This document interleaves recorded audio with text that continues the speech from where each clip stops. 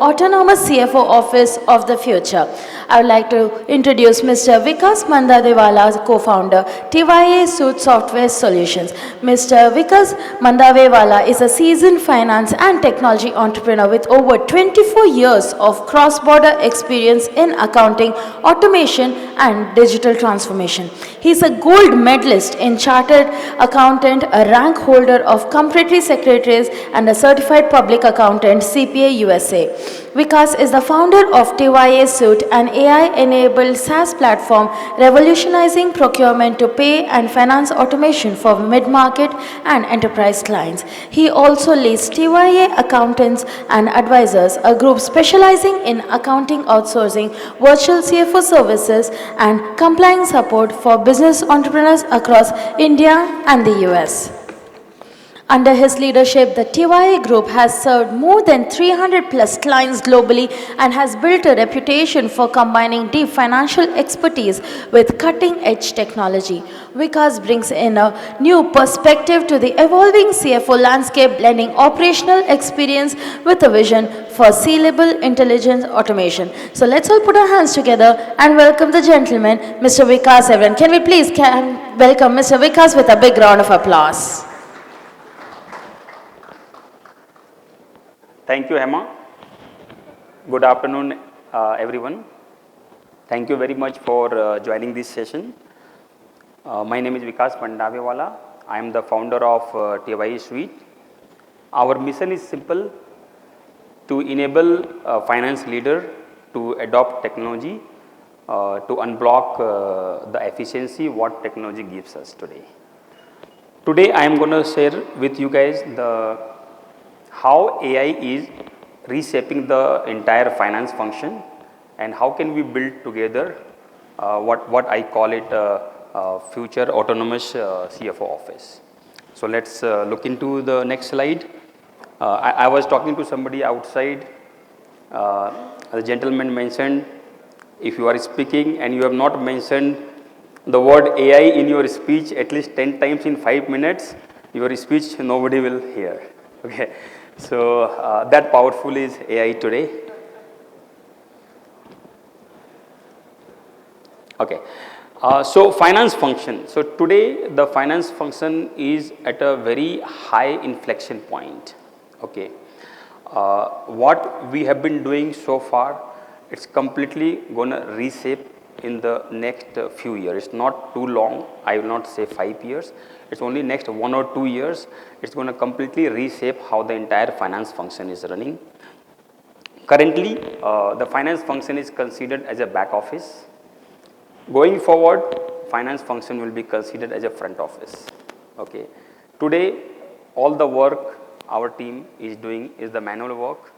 They are doing the invoice punching, they are doing the reconciliation, they are doing the compliances tracking. All those things are happening manually, and that are going to completely change in the time go forward. There is a rising demand for the yeah, so exactly right. So as you heard, I run a virtual CFO service firm as well. So most of the time we hear this concept that it's a cost, and I will not get an approval. Okay, so that's going to also change. Okay, when people start believing you are a front office, you need finance for the real-time insights, real-time data for decision making, people will start supporting you as a not only as a cost function. So thank you for bringing that. So there's a rising demand for the real-time insights. The investor wants it, the analyst wants it, the management wants it. So there is a huge pressure on the finance team to transition to the real-time data processing. AI is no longer optional, it's a CFO strategic advantage. Okay. You can't say, okay, I will look when the AI will come. Okay. If you would have told this 3 years back or 2 years back, people will still accept it. But now you have to adopt AI in your finance function. The faster you move, the faster you adopt, it is an advantage for you. What is modern CFO evolving mandate? Currently, we are all primarily working, as I told, in the back office, We are doing ensuring the compliances are done on monthly, our recos are done on a timely basis, our MIS gets released on a timely basis. Now it has to become a continuous process. Okay. The vendor invoice will come, the AI will read the vendor invoices. It will ensure that all the compliances pertaining to GST, TDS, everything is taken care by AI. Everything like GL code classification, everything happens from AI. So it has to be a continuous process going forward. You have to drive efficiency across the finance function. Now the timely book closure is not the only requirement and expectations from CFOs. It has to be the fast track book closure as well as real time insight. So, and ensuring that all the compliances are done on a continuous basis. Today we have GST, we have TDS payments, we have GSTR1, GSTR3B, what not. Okay. Every week some or other compliances your finance team is doing. That also there is a lot of chances to automate lot of them. Enable predictive decision making through data. So currently again we are all, most of the companies currently relying on the past data. Okay. With AI this is going to completely change. AI will keep suggesting you on a real time basis what can be the future prediction about your business, and as a CFO will become advisor to the management. And most importantly, you have to ensure you have to free your teams from all the manual work what they are currently doing, and then only your team can add value to your strategic thinking. Otherwise, your team may not have sufficient time to add you in your strategic thinking, and ultimately you will fail to deliver your responsibilities. Why AI is disrupting finance now? So there are three forces driving this shift. Explosion of unstructured data. We have invoices, we have contracts, email, and lot of them. As your business is growing, the volume of invoices, volume of contracts you are receiving is humongous, and it is impossible for your team to go through every emails, go through every invoices. Even if you have a AP person who is punching the invoices, okay, he can do what, 60, 70, 80, 90, 100 invoices a day, depending on the number of line items you have in a particular invoice. Okay. By the time he finishes his 8 hours day, okay, he will get tired, and there is a very high chance of doing the error in that also. Okay. So the AI has a benefit of, current softwares work on the structured data format, but the AI highly effective on the unstructured data. It can analyze your database, everything, and it can do the work properly without getting tired. The second, there is a pressure for faster, more accurate financial reporting. As I discussed in the previous slide, there is a pressure from every side. Investor wants faster reporting, management want faster data for decision making. So only AI can help you transition that, and we can see the visible changes in the industries who has implemented AI for a lot of finance functions. And then advances in AI. So over the last couple of years, there has been a lot of advances in AI. Okay. Maybe you have attended a conference yesterday, and when you go to a new conference today, you will learn something new which has been rolled out last night. So AI is advancing so fast. So you have to ensure that you are up to date on the AI, what is happening. Now there is a natural language processing. You can ask questions from your database. AI can pull out the report. So no longer you required to write the coding for SQL queries to pull the data from your database. The AI will do that. What is an autonomous CFO office? So this is very important. Let's assume a self-driving car. Okay, what do? You just feed the address where you want to go, and the car will take you to the right address with more comfort than a human driver, okay, with less risk than a human driver. Okay. Now think the same thing for your finance function, okay, where all you can make your finance function CFO office as an autonomous office. So first is AI driven transaction processing, your AP, AR, GL, reconciliations, all the transactional things you can automate in your system and virtually make it touchless. Okay. No need to for anybody in your team to touch any data in the transactional processing. We are going to cover one used case for the AP automation through AI in the future slides. Then you will have predictive cash flows, scenario planning, risk alerts, everything will happen automatically through AI. Touchless compliances and continuous control. So all the compliances, whether GST filing, TDS payment, everything can also automate through AI. AI powered decision support for the CFO, and this is the best. CFO needs a lot of data for their decision making. Today, you will go and ask a team to give you data. If they are efficient enough, smart enough, they will take couple of hours to run the data from your ERP and give you the data. But with AI, that job can be done in fraction of minutes. So this is the reason I named it self-driving data-driven finance function. This is what shall be the objective for every CFO sitting in this room. This is a real world example, invoice processing transformation through AI. From hours to minutes, it can do the jobs in minutes. We'll just see how it is doing it. Currently, what you are doing in the traditional way, the manual data entry in your ERP or your P2P software. Delayed approvals, you have to keep following your approvers to approve the invoices and it gets delayed. Then you will have human errors, then you will have inconsistent GL code tagging. In some month, some expenses will go to some other GL code, another month, another GL code, then tedious errors and so many human errors. Now when you transition to AI based, then AI will pick up your invoices from the email and directly extract. No need of any human to do anything here. Then it will extract all the line items from your email, do a GL code based on your GL master.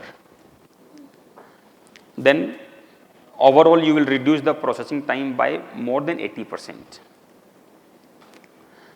Then AI will activate your workflow for the approval process. If you have a approval in your company, multi-layer based on the amount, all those things, AI will automatically push the approval flow. Then once the approver approves it, it will automatically go and sit in your core ERP. Okay, whether you are using SAP, Oracle, NetSuite, Zoho, anything, it will go and sit in your ERP. So technically, you are not doing anything manually. If you see that, that's what I told, touchless processing. So for the entire AP function, you can make touchless in your company with a very fast turnaround time. CFO's AI opportunity map, where AI creates immediate values. AR AP automation, they are the we call it low hanging fruits. You can try and search vendors who can support you and automate within a couple of weeks itself. GL coding and reconciliation automation, fraud detection, predictive cash flow visibility, compliance monitoring, financial forecasting and scenario modeling. Let's look at some global trends, how global CFOs are adopting the AI. 65% of the global CFOs prioritizing AI for efficiency gains. Organization adopting AI in finance report up to 50 to 75% reduction in the manual process. This is a very standard report. We have seen this percentage is much bigger. If you go touchless in any process, this saving is much bigger. AI-driven finance tools projected to contribute over $10 billion in productivity gains by 2027. Let's look at how Indian CFOs are adopting AI. 73% of the large Indian enterprise plan to invest in the AI for finance automation within next 12 months. 40 to 60% reduction in the invoice processing time with AI-led automation. What I just showed in the previous slide, for the particularly AP automation, you will save up to 80% time minimum. India's AI market for enterprise finance expected to cross 7,500 crore by 2027. So this is the landscape of the global and the Indian CFOs, how they are adopting the AI. Challenges, it is not going to be easy. Okay, talking is very, very easy. When you go and implement, it's not an easy job. So as a CFO, we have to ensure that we have a data, whatever data we feed into AI, that data has to be of the high quality. We cannot feed garbage data to the AI, otherwise AI will give highly inconsistent results. Then change management and workforce readiness. We have to ensure our finance team are doing upskilling courses on the AI. Okay. Without that, they will not know how to use the AI tools, how to run the system. Like for the in the natural language processing, you have to ask questions to AI. Okay. If I'm sure all of us are using the chat GPT or any chat based AI, you have to write something to get an answer from there. So the more accurate your prompt, the more accurate answer you will get from the AI. The same thing is the learning. Okay, if you today go and tell your finance team, go and ask something to, even if you have implemented say a tool to generate a report. Okay, but how to ask a tool to generate a report, that is the key learning.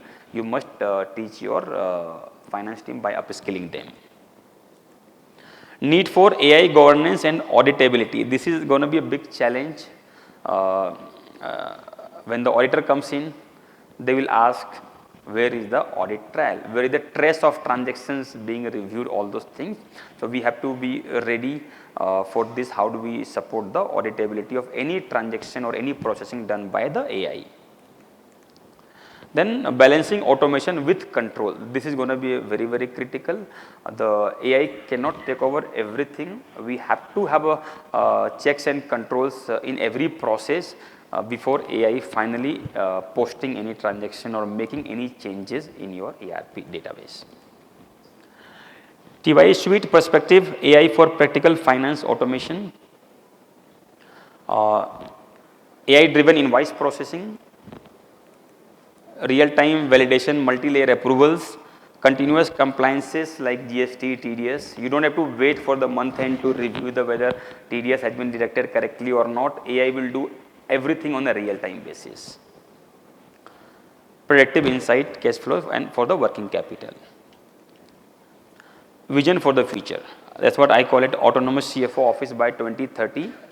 What you must have to start today, so that by 2030 you can call it, yes, my CFO office in my company I am associated with is an autonomous office today. You have to achieve 90% of the transactional finance touchless. Okay, nobody will touch. Everything will happen automatically. Things will come from the email.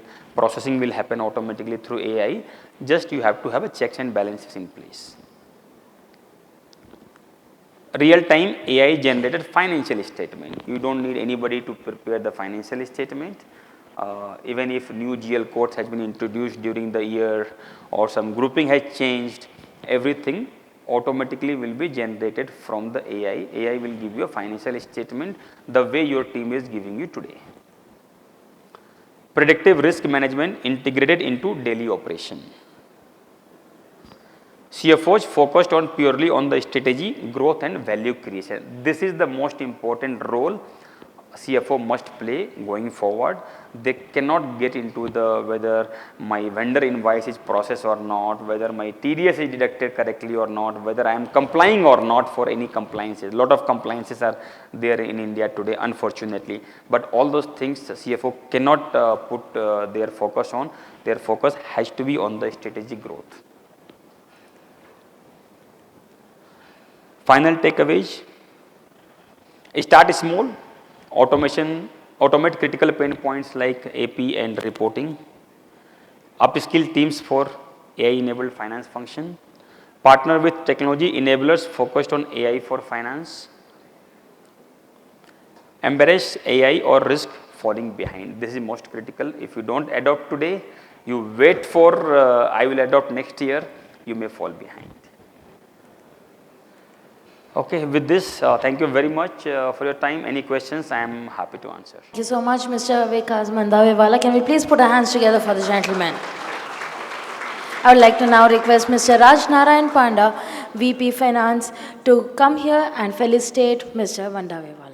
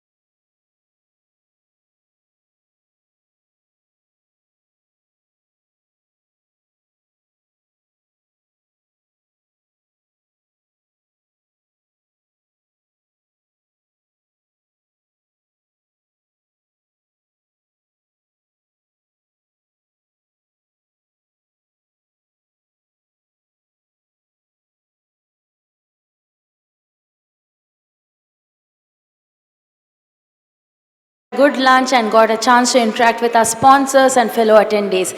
My name is Hema, and on behalf of presenting partner Prosper.io, co-presenting partner Clear, gold partner Signet One, Happy by Make My Trip, Silver's partner Iris GST, TYASuite, exhibit partner Fast Facts, networking partner Binary Semantics. Welcome everyone to the 9th CFO Conflicts and Awards 2025, Bangalore chapter curated by Gain Skills Business Media. Now, after the break, like I promised earlier, we have a lot of interesting sessions lined up, and now for the same, I would like to take this opportunity to introduce our next discussion that is scheduled for this afternoon. We have a panel discussion on the topic, the CFO's influence on corporate strategy, balancing finance and growth. I would like to take this opportunity to introduce our moderator, Mr. Kedarnath Chaudhary, co-founder and CFO, 2050 Healthcare. Mr. Kedarnath is a seasoned strategic finance professional with over 20 years of experience across the service, manufacturing, and finance sectors. A qualified chartered accountant and cost and management accountant with an academic background in physics, he brings a unique analytical and interdisciplinary approach to financial leadership. I would also like to take this opportunity to introduce our panelists, Mr. Naval Bajaj, CFO, Yokogawa India Limited, Mr. Subhais Gupta, CFO, Hitachi Energy, Mr. Kaliyoga Eraswamy, CFO, Homelane, Mr. Ragnagesh, CFO, Adecco, Mr. Tarun Khandelwal, Associate Director, Account Management, Clear. So let's all put our hands together and welcome our moderator and panelists with a big round of applause.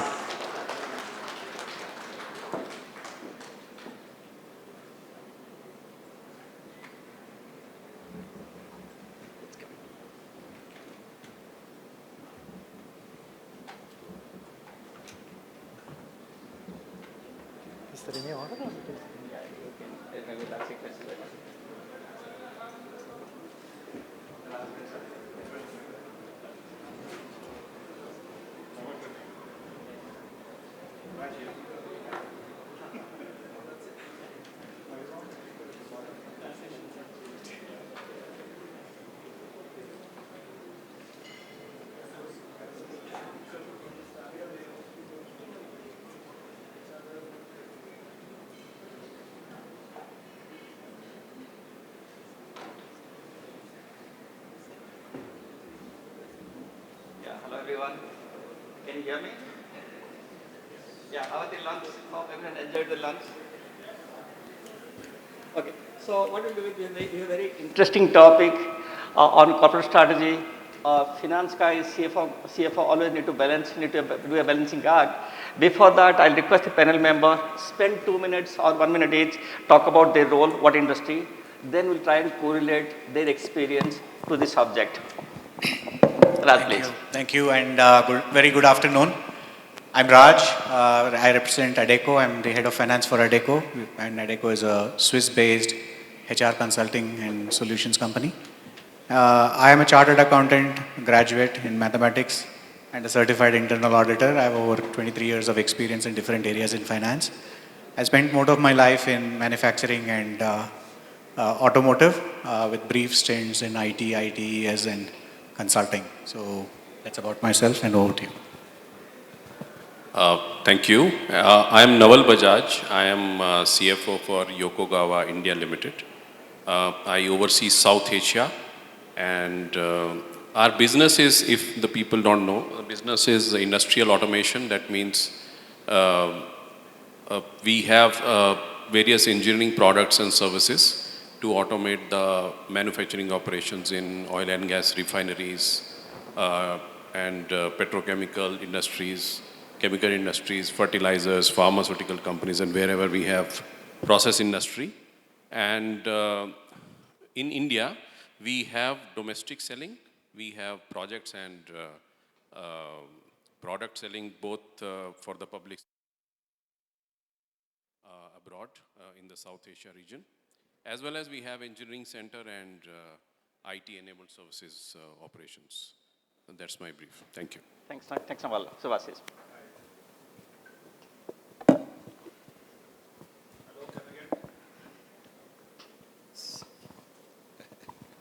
Hi, I'm Subhashish Gupta. I'm CFO of Hitachi Energy Technology Services Private Limited. I know Hitachi Energy, Hitachi didn't have these Hitachi Energy things actually. So they took over from ABB way back in 2020, the power grid division. So we are into the T&D segment, CapEx mostly, and we are doing all this technology innovation, so to make sure that transmission is, efficient, and we have very less loss in the transition. And also we are into the automation side of plant automation, because now we have many source of electricity, So how we balance the, the generation plants, how we make sure that we are having a super fast highway to bring the electricity to the consumers. So I'm 32 years in the profession as a chartered accountant. Thank you. Thank you. Hi, good afternoon. Thanks for having me here. My name is Ishwar. My full name is Kaliyuga Iswarasamy, but everyone knows me as an Ishwar. I am CFO of our Home Lane and Design Cafe. We are in a home improvement company. We do a end-to-end home, designing, manufacturing, and installation services for your fixed furnitures segment. We operate around 85 showrooms across India, around 40 cities as of now. Thank you. Good afternoon. Am I audible? Yes, sir. Good afternoon, everyone. My name is Tarun Khandelwal. So I lead the business at Clear. I believe everybody is aware about Clear. We help enterprises managing their compliance digitally. So I'm leading this particular division from quite a long time. I have experience in different domains from a SaaS through AI. And yeah, this is why I'm here. And thank you for being here as fans. Thank you. Okay, so overall, today's world, let's say finance head, CFOs, financial oversight is the basic need. Anyway, we have to do that job. Beyond that, we need to involve into business strategy, so on so thing. Keeping that in mind, I'll start with Naval. So how CFO participate in the long-term strategy over and above the financial oversight, or take an example, we say CFO is the co-strategist with CEO. That's the way it's being positioned. What's your view and thoughts on that? Correlating to your work, practical experience is always better. Yeah. I think that's a very interesting question, Kedarji. First thought that comes to my mind is, what is long term? Sitting in Bangalore, we have brick and mortar companies like me. We have startups sitting next to us, and we have different businesses, IT-enabled services and others. So, in a traditional sense, we used to say anything more than 5 years was long term. But then we have companies which are living by each day, or living by the edge, I should say. So let me just keep it at that level for everyone to just consume what I am able to share, because I will share my thoughts based on my own experience. I think in terms of this corporate strategy, once we know that what is the vision and what is the commitment of the company and what is our market segment, it is more about CFOs engaging directly with the business leaders, and mostly in an unstructured way, mostly one-to-one interactions of what's up. And it opens up a lot of stuff which gives us an insight on where we can contribute. And essentially, if any corporate strategy has to be made, it has a financial implication to it. So CFOs and the finance functions will automatically get involved. But the thing is that what is the value add that I bring on the table? So if my managing director comes to me and asks me that whether I am going to, whether it will be feasible for us to buy this particular entity because we don't have this product line, I should be able to churn up the numbers and bring out an insight of what is available in the market, how much profitable it will be, what kind of tax issues it could create, blah, blah, blah. And that is the insight I will bring on the table, and that is where you automatically become part of the story. However, if we say that this is something that the business units will know better and we need to discuss and all those things, then the battle is lost.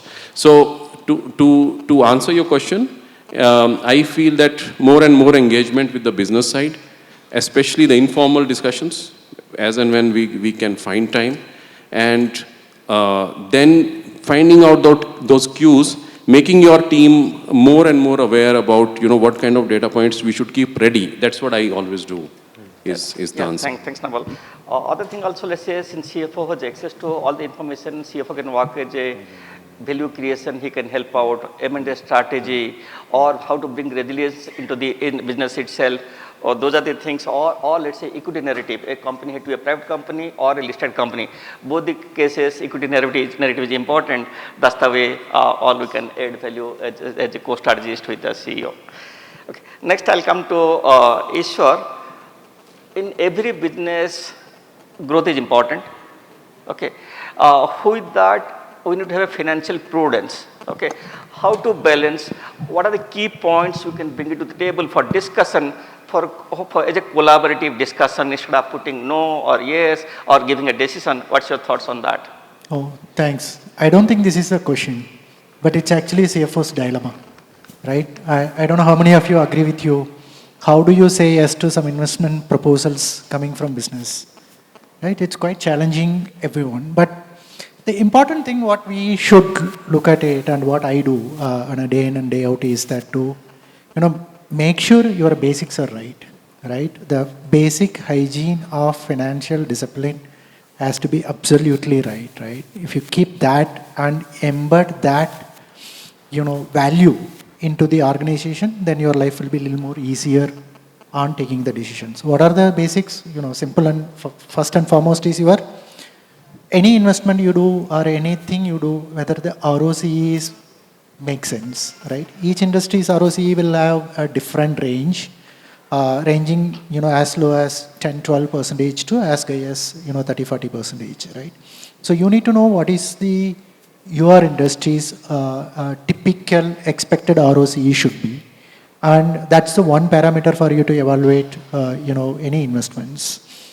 The second one is, generally, we have heard a lot and we have read a lot of news articles, grow at any cost, right? And I don't blame anyone, but, earlier investors also, supporting that argument. Now that narrative completely changed.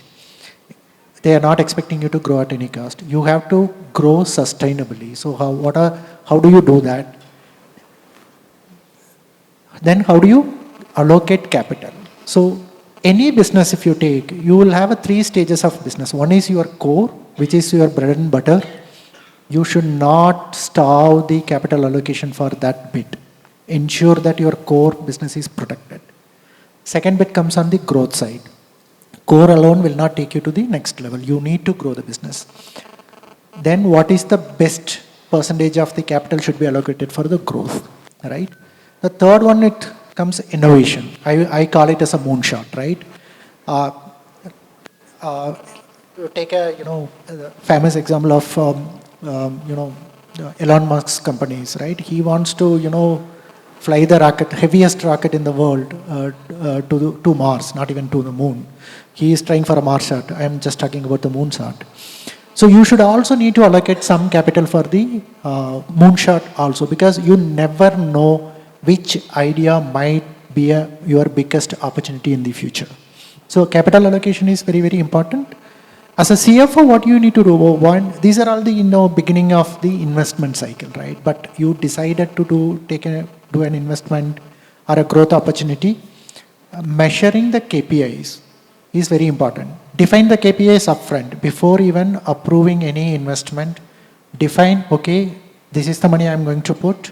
What are the KPIs for this particular investment? How do we track that? So tracking is very, very important. What you measure is what will get delivered. If we miss something to measure, it will never get delivered. That's my experience. Thank you. Yeah, thanks. Things CFO need to come with, inject analytical rigor. Data basis analysis, you have to do it. Second thing is, every business, every growth analysis you do, there's a risk. How do you bring a risk-adjusted lens to this CEO? That's the what takeaway from this. Okay. Thank you.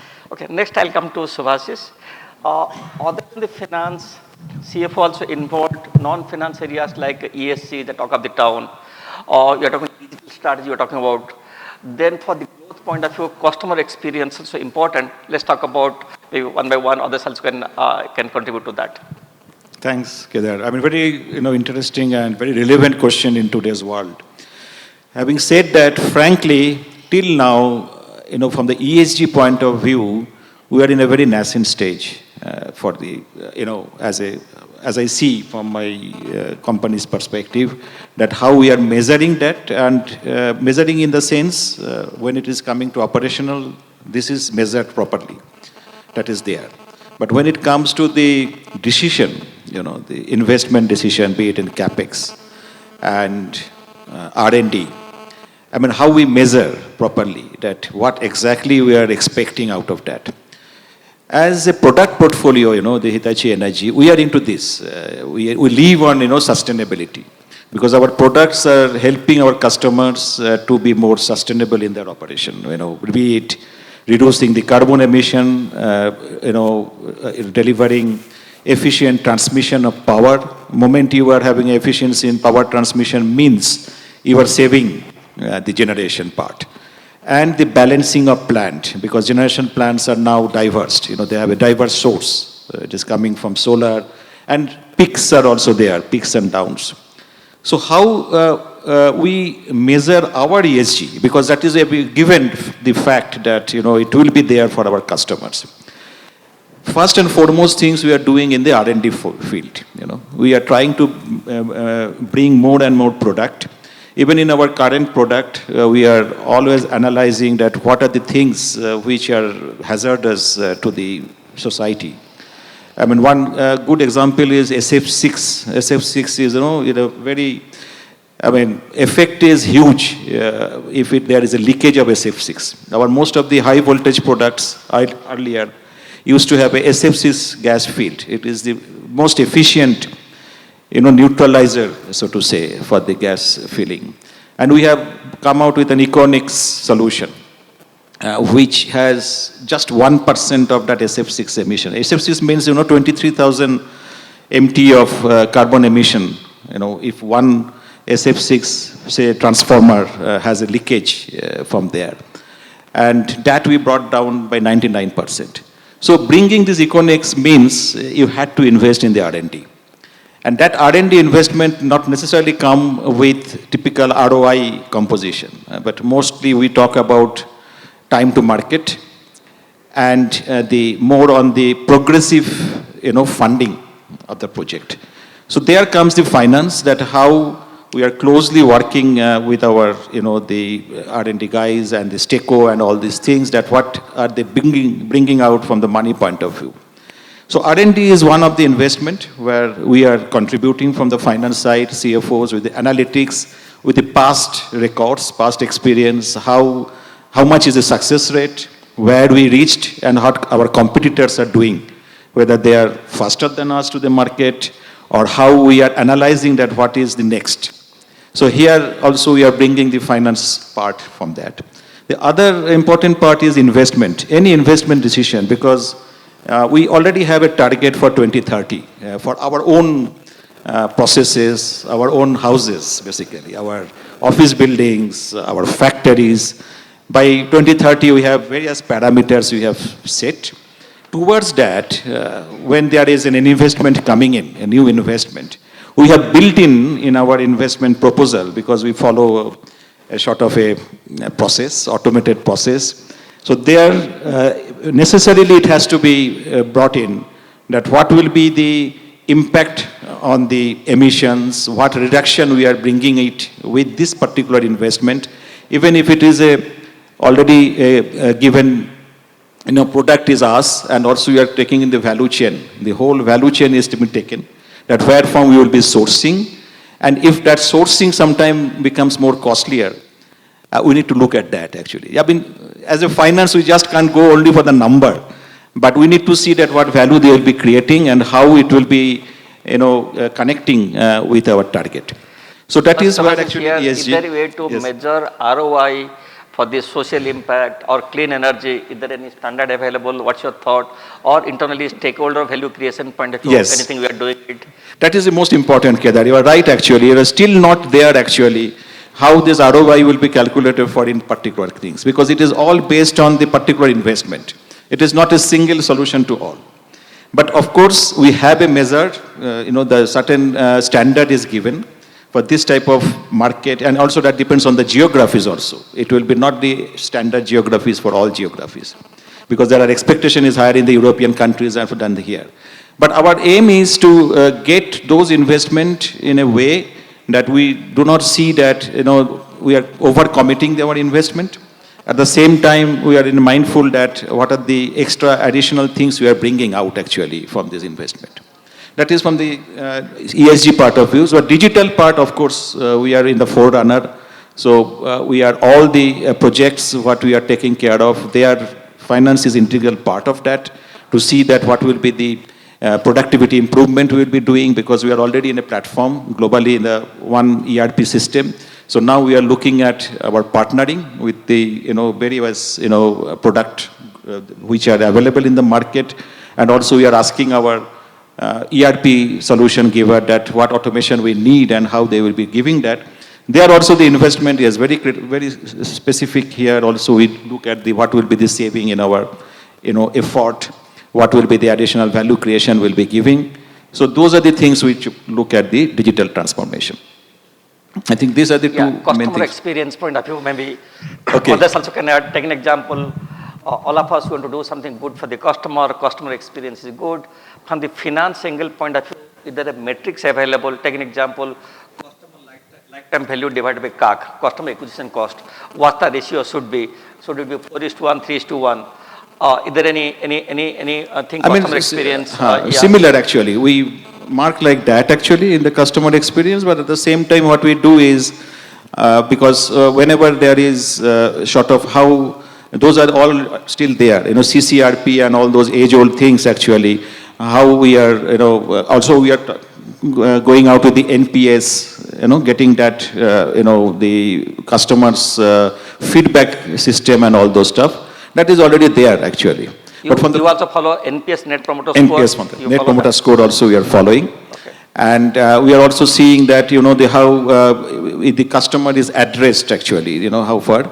But another part where we see from the finance that we are contributing is, say, on the liquidated damage part actually, delay in execution of the project.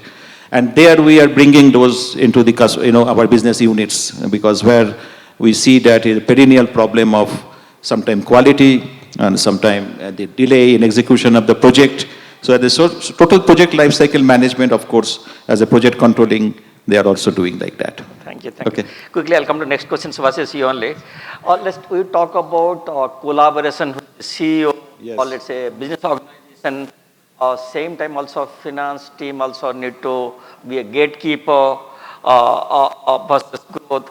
How to balance the work inside that? So that part, Kedar, is, I should say it is already in our DNA. Most of the MNCs work like that. It is not new for us. We are all having this profit center, responsibility concept, like a business unit, whatever name, product group you do. And we have the controllership concept. So we always talk controller as C or the business unit manager, CEO, CFO, they are all co-pilots, so to say. And when you have this, it has to be built as a culture actually. And when it can be really imbibed into the system, when they are getting the real valued, input from the finance. And they are only like I could say that, these are the sort of the things like a finance that we can see from the outside, ring fence look actually. And we can also bring certain not very palatable discussion on the table. And that is something, of course, it is easier for us, the companies like us, but not for many others maybe. But I think we need to build that. We always say that bad news should come first rather than any good news.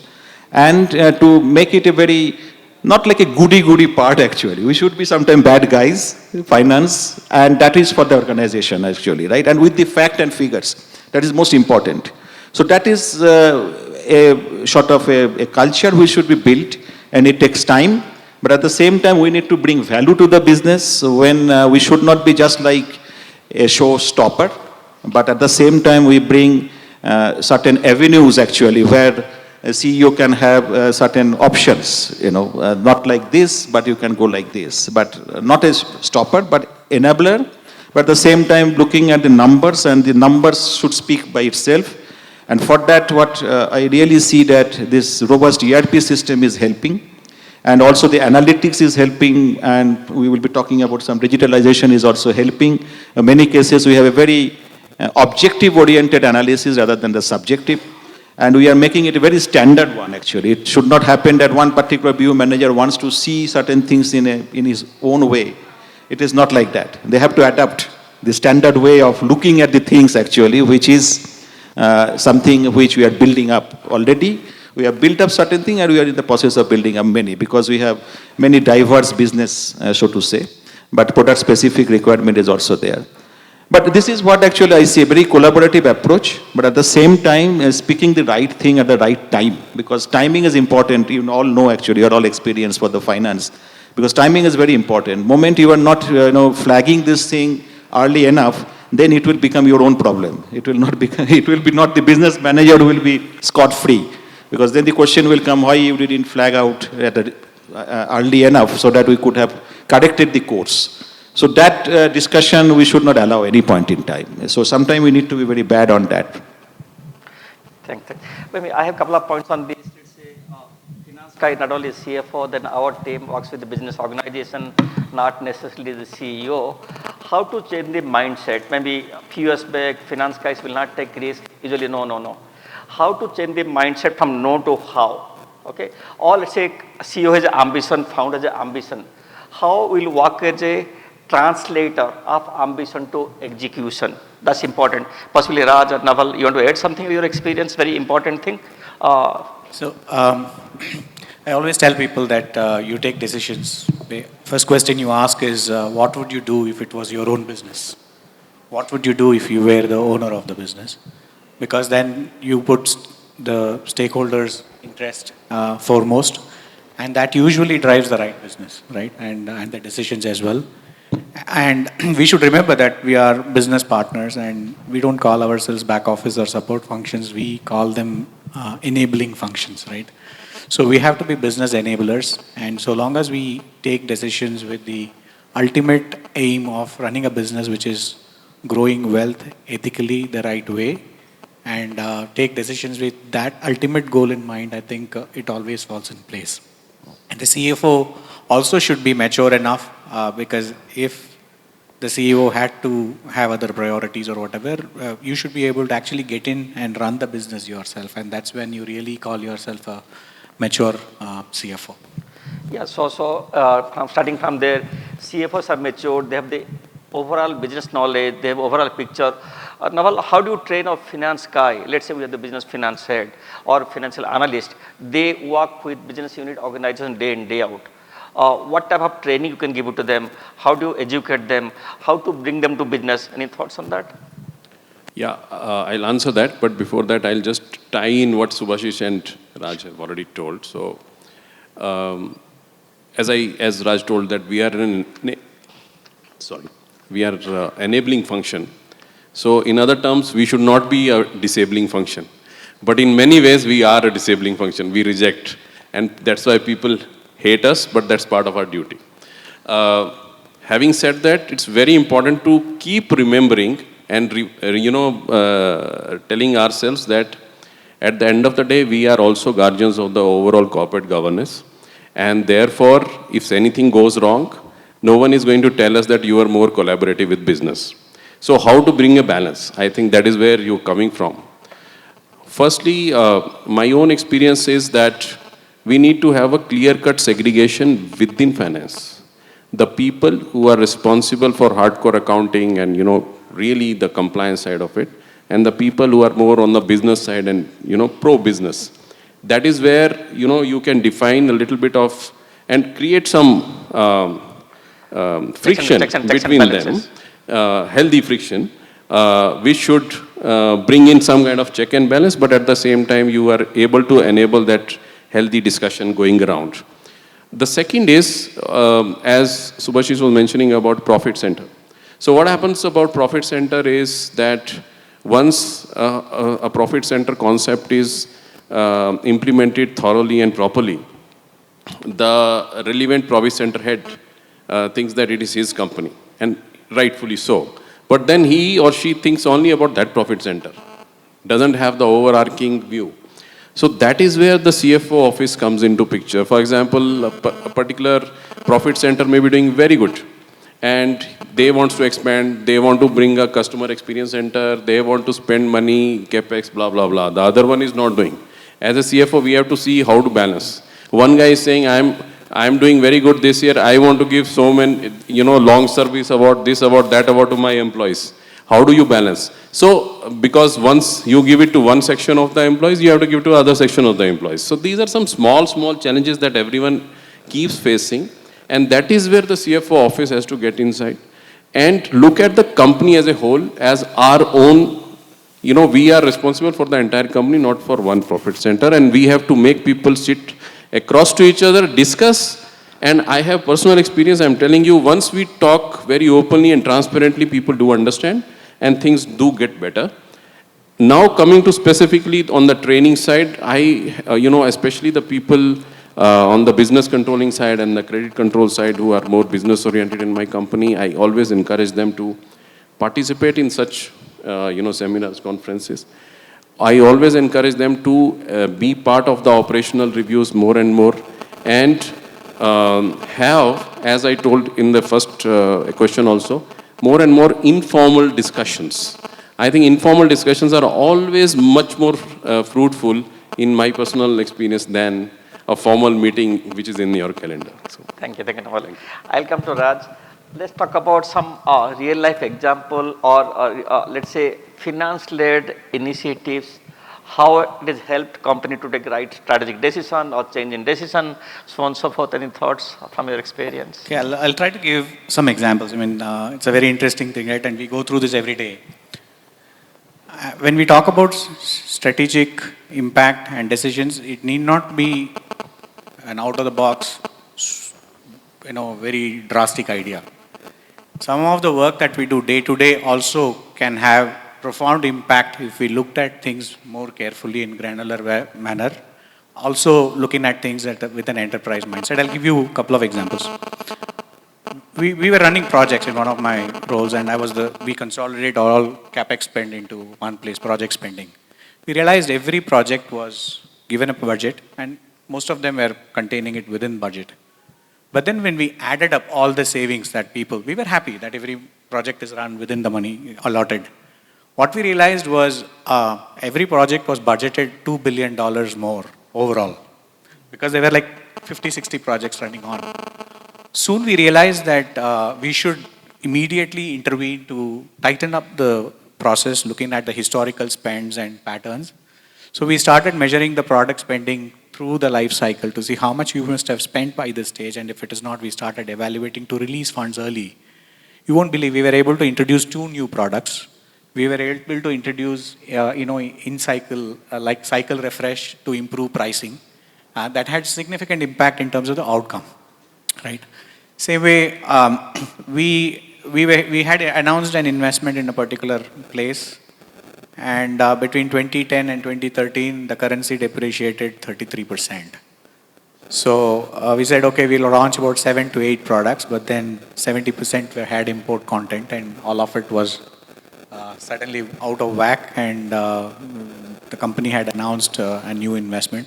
So then your finance hat comes into play, because we'll have to really then analyze information to see where is it hurting and where can we say what is okay to continue per the old plan and where do we need a change. What are the components that you have to localize and what you can continue to import? What are the strategies you can take? Which products to continue, which ones to cut? So those are the few things that I would clearly call out on how we can influence. Again, bringing in that granularity and data and information and putting it across in a meaningful way to give the business the necessary levers. These are the 8 levers you can operate on to change the outcome, right? And how much we use each lever, the direction changes, then we kind of agree on what would be the right level of, operation. So I will stop there. Thanks, sir. Maybe I'll give one real example. In my previous role, when I was in Odisha running a FMCG company, we said, okay, we'll go beyond Odisha to adjacent state, let's say Chhattisgarh. So we'll produce long sell product here, go and sell over there. It's a good to grow pan-India basis, go beyond your hub, okay. That's the intent from business point of view. But over a period of time, let's look at the data for 15, 16, 18 months time, your customer acquisition cost is high, you believe you are not able to go further. If with limited capital, should you focus in Odisha market or go to next Jharkhand market? Then when we have done the analysis ourselves, put it to business guys itself, they said, okay, let's stop it, put that money in Odisha, grow the local markets itself. That's the way financial insight can help to change overall strategic decisions also. Okay, I'll come to next Tarun. Okay, so now we see a lot of uncertainty in the market. In that context, let's say CFO, how it can influence key decision-making process itself. Sure. I mean, quite a relevant question in terms of the way uncertainties are happening nowadays. So times of uncertainties like evolving regulations, policy changes, economic downtimes. We've seen a lot of times where CFO makes it difficult to navigate to the business and also making sure that their business growth engine is running smoothly, right? So in most of the times, enterprises move towards cost-cutting activities. They move towards holding on innovation projects or holding on a lot of investments that they are doing. Now, let's take an example of compliance ecosystem, right? Today, we have seen government is coming up with new regulations. They're coming up with different changes, which obviously it's very, very difficult for any enterprise or any CFO to equip with, right? Now, in certain areas, this also creates a lot of need for a CFO to choose to a system or a platform which can adapt, which can see how they can navigate those changes at the first place. Now, in Clear, we also collaborate with a lot of enterprises in making sure and helping them in their compliance automation, making sure that their CFOs get real-time dashboards. They should not depend on any manual activity. They should not be dependent on many manual reports to take any sort of decisions. So those kind of systems in place where most of the CFOs now have to focus on with the way the new changes are happening in the market, and also to give them a real perspective of how to take better decisions. There are a lot of predictive analytics are coming into the picture. CFOs are also collaborating with a lot of different teams, where to understand where to invest, what are the buying patterns, to understand any particular trend that are happening in the market. So those things, those tools helps today in taking those important decisions. One of the parameters is, let's say, wherever there's uncertainty, CFOs let's not spend on innovation, cut down the innovation, or we'll say, no, not now. Okay, instead of that, how do you say, okay, how to evaluate this in risk-adjusted basis? Okay, this is the thing I'm doing it, this is the risk, how do I do it? That's the way we need to look at it. Okay. We have 3-4 minutes, we'll keep 2 minutes for question and answer. Last question across all, what are the key financial metrics CFO we need to look at on daily basis? One could be, let's say, our regular financial metrics, revenue, EBITDA, margin, other things. There could be non-financial metrics. There could be customer-led metrics. Maybe all of you can contribute. Yeah. Sure. Thanks. I think, over a period of time, the financial metrics have significantly changed. So only if you are looking at your EBITDA margin or a gross margin, it's also important, but, there are a lot of other lead metrics you should look at it. So, somebody pointed out saying that the CFO role is no more, it's only bookkeeping role. You are handling a, half of CEO's responsibility in the organization. So first and foremost, we need to identify what are the lead metrics for our business. So each business will have a different lead metrics. Say for an example, if it is a consumer product business, the lead metrics is not your gross margin, but the lead metrics is saying that how much your money you are spending on your marketing for you to, gain the market share. So what is my market share today? How much I spend for gaining the market share? Or what's my competitors' market share? Like that, and a lot of people might be from a startup company, right? The biggest challenge for any startup is that your customer acquisition cost.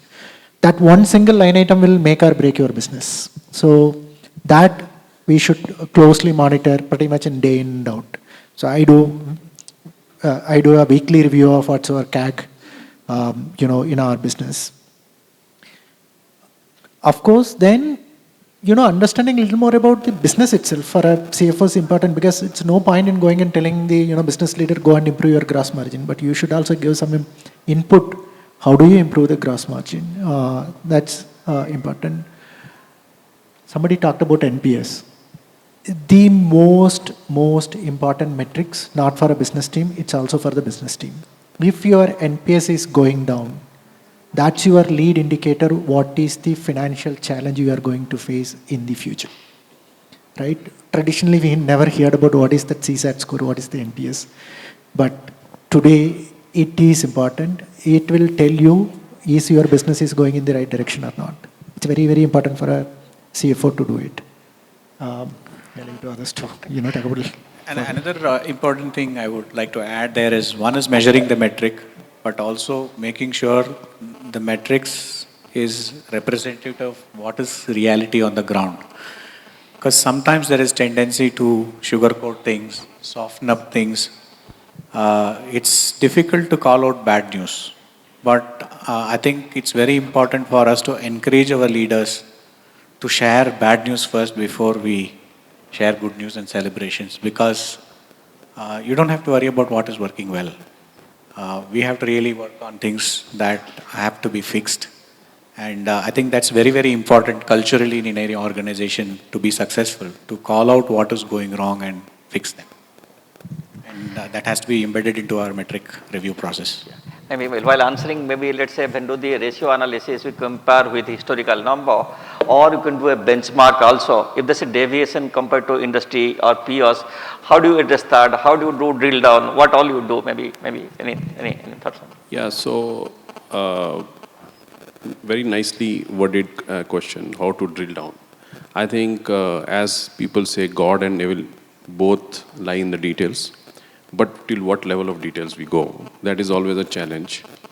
So what I do is I discuss with business and I try to find out what is the information that they are not able to get, which they want to get.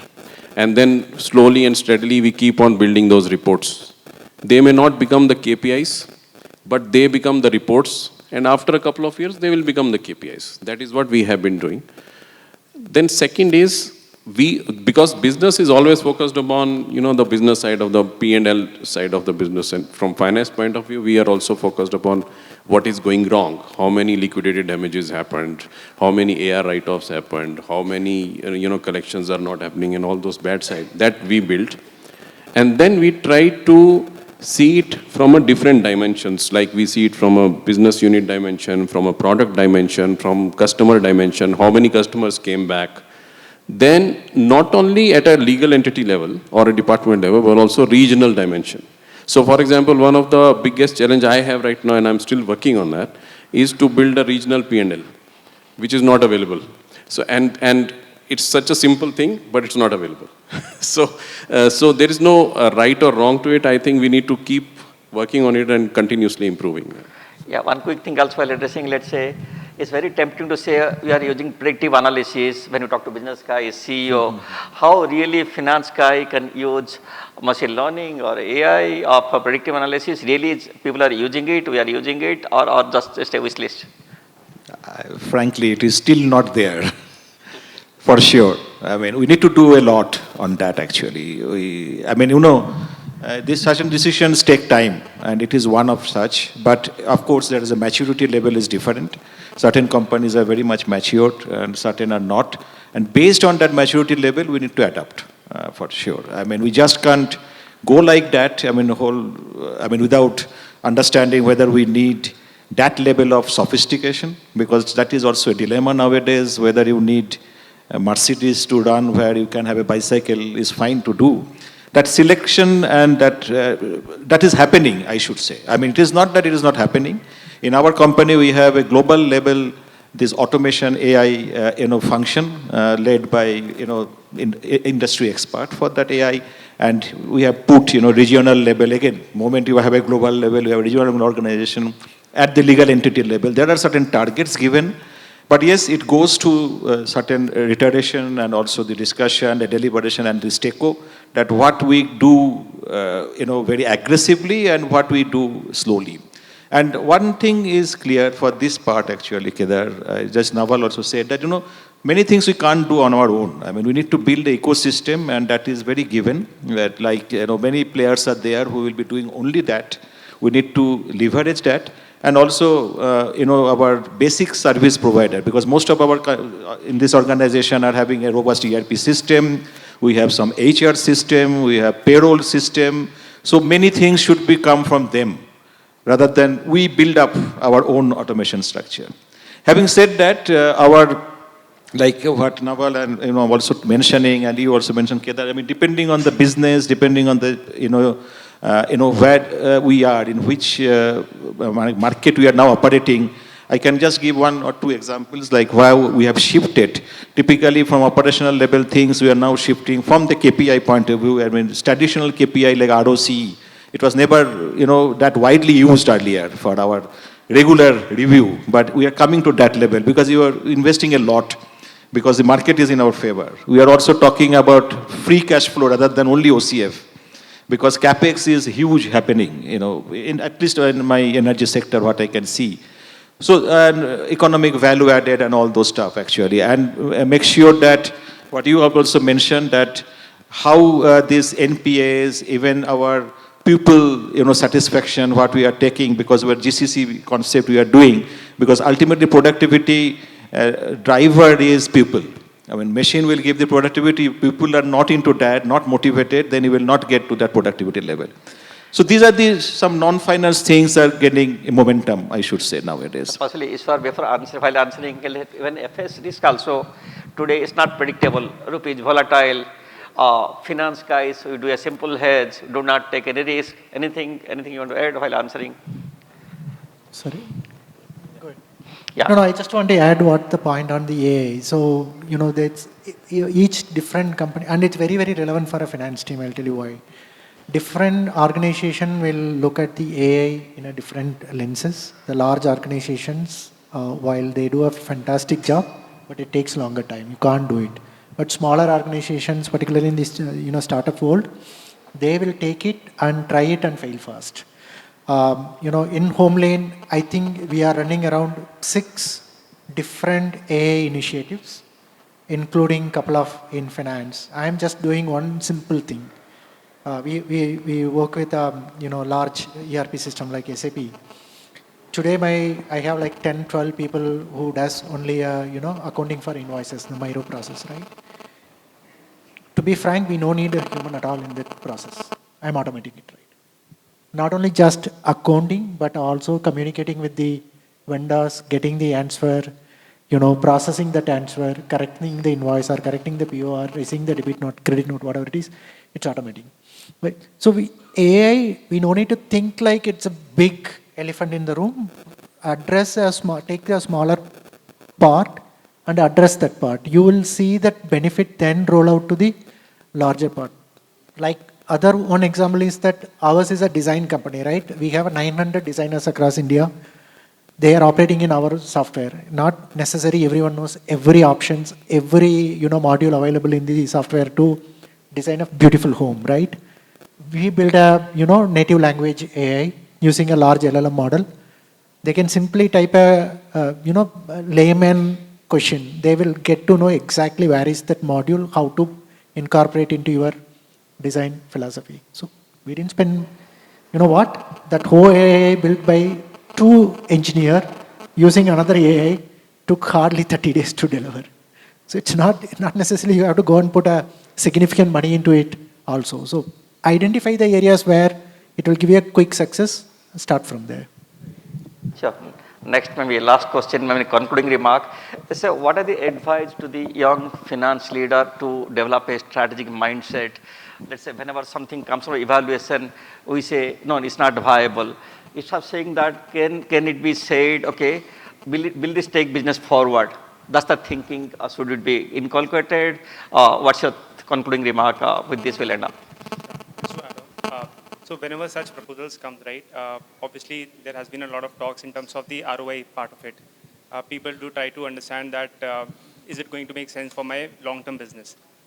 Again, here also a lot of AI, which is still evolving in the finance ecosystem, plays a very important role in identifying the patterns of how this is going to take place in my organization, how are my customers' buying patterns are, whether I have to make those cohorts where I can make those investments.